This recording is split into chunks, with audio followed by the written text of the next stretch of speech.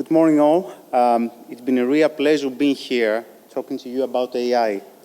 So when I talk to my friends about AI, most of them, they're talking about Matrix with Keanu Reeves or Terminator with Arnold Schwarzenegger. They think about AI as the ultimate enemy of humanity. So my name is Alexopoulos. I'm an account executive in Microsoft, and I'm going to talk to you today about how AI can improve your daily lives, your employees, your clients, and your operations. So the world is changing fast. In the next 5 years, we expect to see stronger innovation than the one we saw the last 30 years. And why is that? Because technology is the cornerstone now of every organization. And a testimony of that is the fact that ChatGPT was the first technology in the humankind that reached 100 million users within only 2 months. I repeat, only 2 months, 100 million users. And do you really believe that, everything happened within 2021, 2022, everywhere right now? No, that's not the case. This has actually started in early 50s, okay? So with computer science, scientists try to replicate human behavior in computers. There was a winter in the era of AI for 40 years. And why was that? Because we didn't have enough compute, software power, to strengthen this technology. In the late 90s, we had the first sites of machine learning. So the advancement in computer science, in computer power, gave us the ability to start training, creating data models using large data models. And we are now entering into the new era, into the area of generative AI. What generative AI means is utilizing vast amount of data examples, and create our own examples through OpenAI, through AI. This is the generative AI. And the most important thing here is that all these are happening in natural language. So we speak in a natural language that we understand, and we get responses to the same language. Of course, it doesn't mean that AI doesn't need training. Okay, there is a famous example with ChatGPT. So if you ask ChatGPT a few months ago, okay, tell me how much is 2 plus 5? The answer is 7. It's obvious, okay? But then you go back and you say, okay, my wife says it's 8. Well, your wife is wrong. 2 plus 7 equals to 2. 2 plus 5 equals to 7.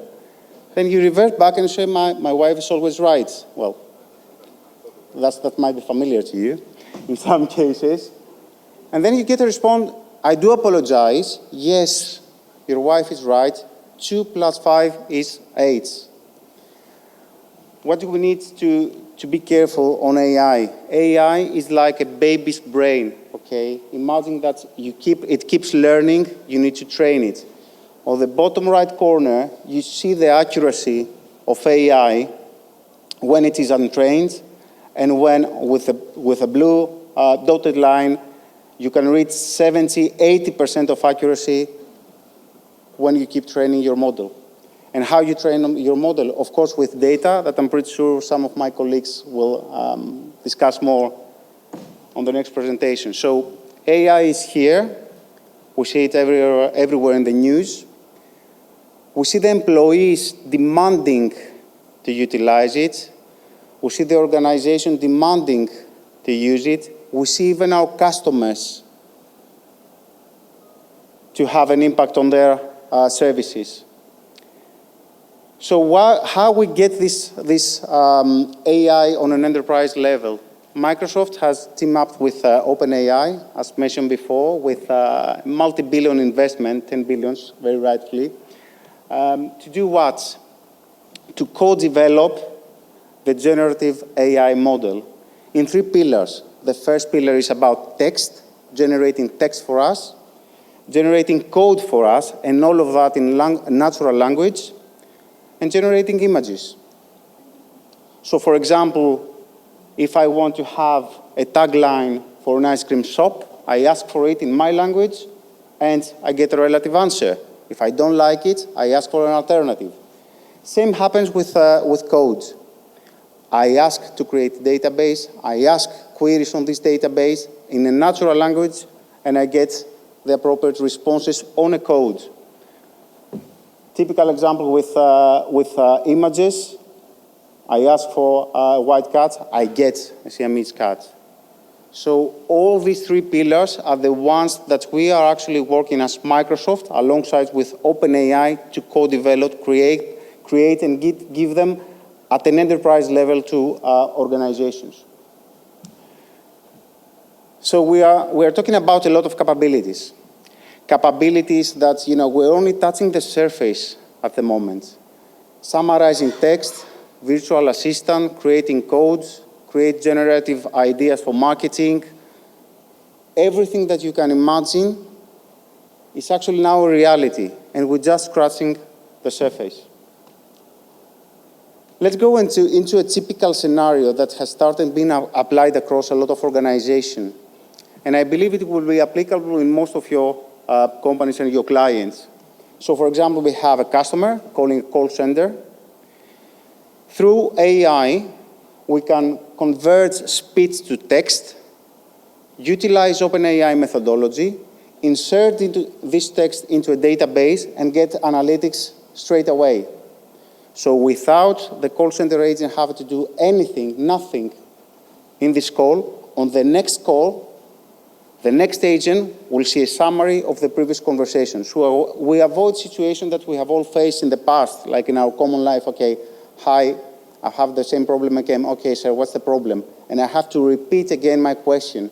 So this will not happen, not in the future, in the present. And imagine the number of valuable insights that we can get straight away live on these calls. Let's deep dive a bit more on maritime. There are already, of course, OpenAI is a new technology, okay? It has been out there for 2-3 years now. However, large organizations, apologies, I couldn't refer to names, but if you search them, you'll find some more details. We have seen some valuable use cases. OpenAI has been used to optimize vessel operation, reduce fuel consumption by large numbers, 10%.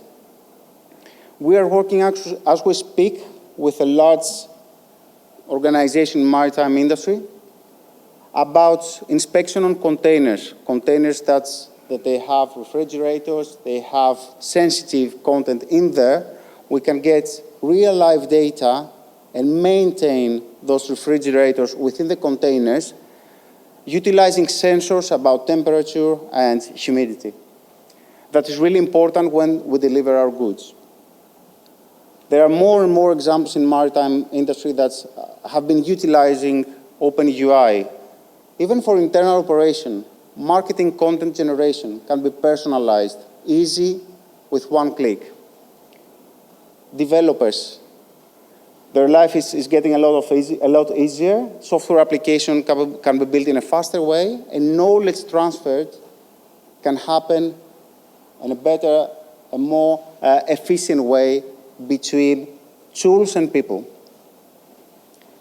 Of course, as I mentioned a couple of times, that's just the beginning. There are plenty of scenarios out there that we are exploring. Sentiment analysis, predictive maintenance, remote asset monitoring, document process automation, everything that has to do with an employee experience and a customer experience through the services that we can provide through OpenAI. So our goal in Microsoft is to empower every person and every organization within this planet to achieve more. And how we're trying to do that, we're trying to utilize AI, transforming, as we say, AI from autopilot to copilot. What does it mean?